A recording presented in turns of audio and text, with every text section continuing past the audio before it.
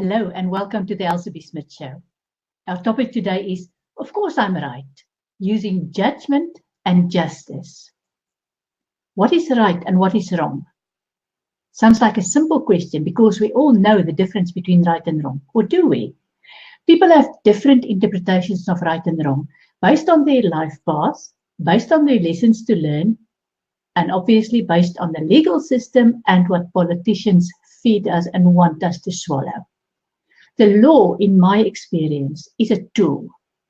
The law can make you build a house with a hammer, or the law can help you to break down a house with a hammer. It's up to the lawyers, the solicitors, the legal fraternity on how the law is used. Let me give you examples of laws that make me say this. The first one is the UK Salmon Act of 1986.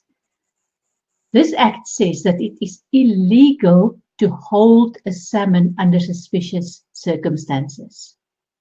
Why a salmon? What are those suspicious circumstances? Why not any other fish? I have not the foggiest idea, but that is on the UK law books. Here's another one. In Saudi Arabia, it's illegal for a woman to drive a car. There's been recent developments on that. And apparently in 2018, it will become legal in Saudi Arabia for a woman to drive a car. Is that right? Is that wrong? You tell me. Here's another one. In Greece, the police are allowed to arrest anyone suspected of having HIV. No testing, no confirmation. If you are suspected of having HIV, you can get arrested in Greece. Where's the bias in that? You tell me. In the Philippines, you can get arrested and charged for the crime of unjust vexation. So if you unjustly vex somebody, you can get arrested for that. You can be found guilty. What does that mean? Does that mean you've got to count your words all the time to the extent that you're not allowed to make anybody angry or irritate anybody? So I take responsibility for your feelings. And if I don't, I go to prison. You don't. I don't know. In Thailand, it's illegal to step on money. Now, that's a good one. In Arkansas, in the United States, it's legal for a man to beat his wife as long as he does it only once a month.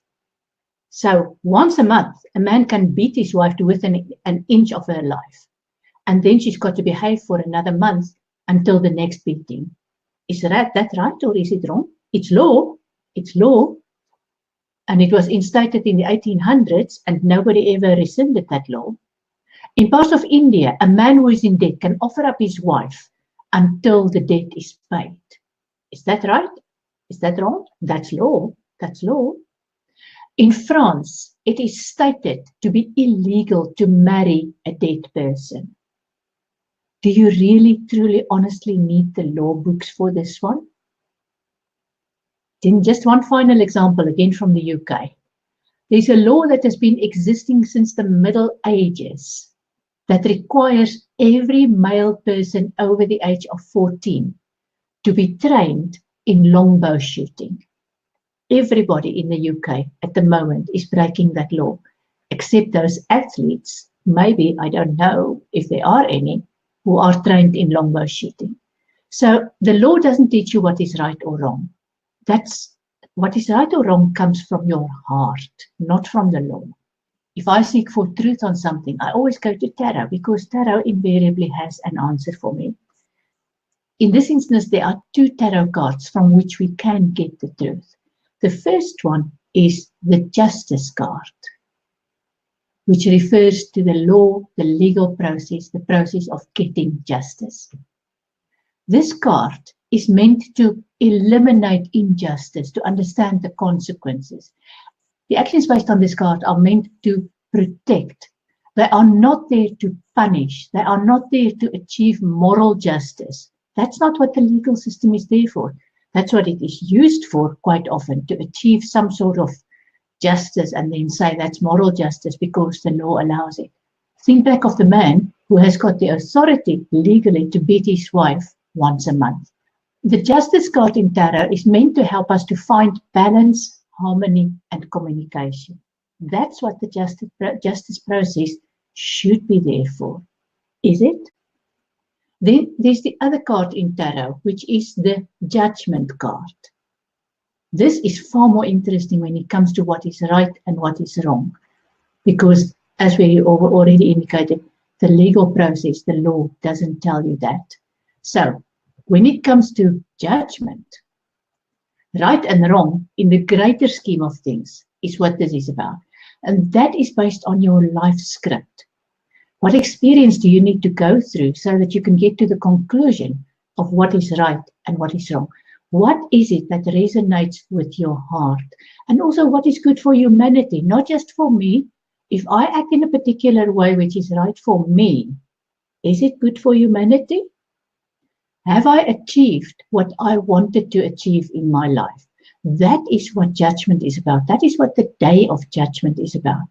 I set out to achieve something. I set out to gain particular wisdom through particular experiences. Have I actually achieved what I set out to achieve? Did I master my past karma?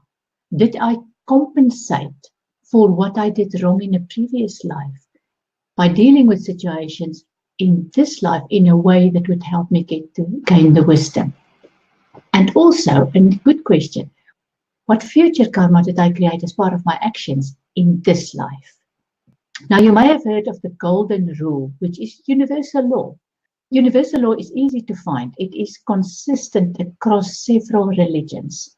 And this golden rule is consistent across religions, across philosophies, and even outside of religion. What is this golden law? If you're a Christian, you would recognize this. Do unto others as you would have them done unto you. If you're not a Christian and you may be a follower of Islam, do unto others as you would wish to have done to you. Different words, same meaning. In Buddhism, which is more of a philosophy rather than a religion, hurt not others with that which pains yourself. Same words. In Judaism, don't do to anyone anything that you hate. Hinduism, treat others as you want to be treated. The Native Americans say, live in harmony, for we are all related. Even the atheists, they say, refrain from violence, act on behalf of others. That is the golden rule. So that is universal law. That is what helps you decide what is right and what is wrong. It's not just about me and about what I want. It is what is good for me, and is it also good in the greater scheme of things. Now you can say, my parents taught me what was right and wrong. Yes, they did. They probably did mostly. But what if they were wrong? What if they accepted without questioning? I'll give you a good example that is very close to home for me. I grew up in South Africa during the apartheid regime. For me, what was drilled into me right from a very early age was that Black people are inferior. It took me into my early 20s to say, hold on. Is there any truth in this? I then had all sorts of life experiences, which really opened my eyes. And I thought, no, my parents were wrong. And I had to then go back to them and stand up to them and say, you are wrong. I now have Black friends. I now recognize that being Black is very much the same as being white, being yellow, being red-skinned. I'm still a human being. I'm still a person. I had to say to my parents, you were wrong, I am right.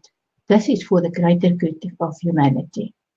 So you do get to an age where you have to stop saying, but my parents did this, but my parents said that. And you have to decide for yourself. I'll give you another example. If your parents stole money from somebody, is it right? If the law allowed them to steal money from somebody, is it right? Does that mean that you have to do it? Think about it. Or are you now an adult? Can you now make your own decision about what is right and what is wrong because you are further evolved than your parents, because you operate at a higher vibration. If you are in a situation where your parents did wrong, and where you now understand that what your parents did wrong, you have two options. Either you can say, well, my parents did wrong, I benefit from that, therefore I will continue to benefit from that, even though I know it's wrong. Or you can say, my parents did wrong. It's a hard lesson for me. It's one of those where I have to recognize and acknowledge that my parents were wrong. What can I do to make it right? What can I do to benefit myself in the greater scheme of things, not necessarily financially, but in the greater scheme of things, morally, because morals are always worth more than finances. And let me do that with love. So the important thing is to question rather than follow the herd. Stand up for what feels right for everyone rather than just for yourself. There's also the matter of integrity. You have, I don't have. Therefore, you must give, especially if the law allows me to take from you. That's one way to look at things. The other way to look at things is to say, I don't have. Teach me how to get for myself. I want to be in a position where I have, but in an honest, truthful way, a way with integrity. Say what you do and do what you say. When it comes to right or wrong, even if it's difficult for you to do, ask yourself what is right, what is wrong. Once you've decided what is right and what is wrong, then go for that. But decide not just for what is in it for me, but how can I contribute to the evolution of humanity? How can I be more honest? How can I act with more integrity? How can I be less greedy? How can I put right the wrong that my parents or my ancestors perpetrated?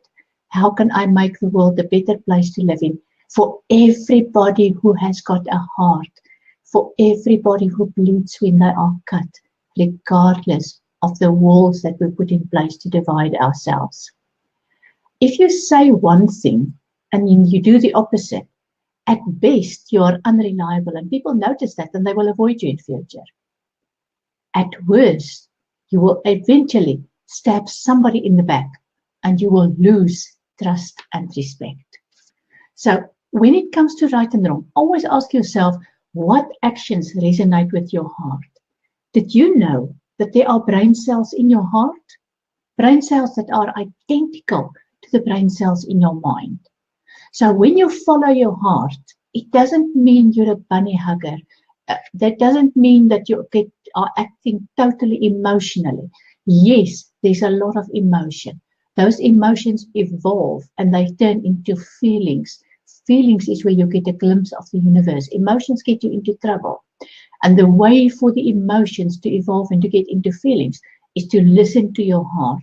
Listen to the brain cells in your heart, because that is where compassion and integrity reside. Your heart chakra considers the greater good. And that's where when you ask, is it right or wrong for the people around you? You listen to your heart. Work for judgment, not for justice. Don't work for, is it right in terms of the law? Does the law allow me to do this? Does the law allow me to get away with this? Work for judgment. Is it right in terms of the greater scheme of things? Does my action show integrity? Does my action show consistency? Does my action allow me to evolve to a higher level? Use the law by all means, but use the law as a tool to do what enhances judgment. Don't use the law to achieve justice, because when you do that, you lose a part of your soul. Use the law as the tool that helps you build up rather than break down. In that way, you increase your integrity, you increase your honesty, you increase the amount of respect that you get from others. So it is all about judgment, not about justice. That is how you determine what is right or wrong. I'll see you again next Sunday, same place, same time, with another interesting topic. Thank you and goodbye.